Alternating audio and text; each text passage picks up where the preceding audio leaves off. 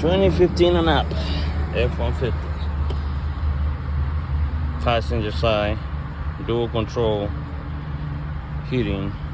If the passenger side actuator goes bad, they said you gotta remove the whole dash to replace it. But look, guys,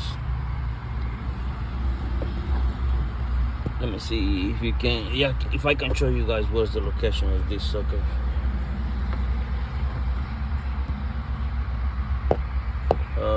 Somewhere,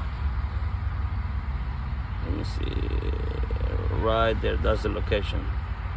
So you technically don't have to remove the dash. All you gotta do is remove the upper speaker, front face, AC vent. You're gonna have to vent,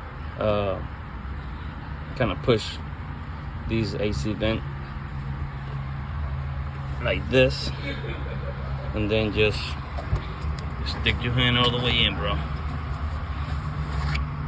It is possible if you have a pussy hand.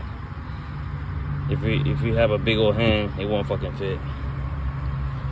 But other than that, it's already out. Put it back together. 2015 and up F-150 with dual control AC panel. It must be dual control. If it's a single, it's a different location. Thank you guys for watching.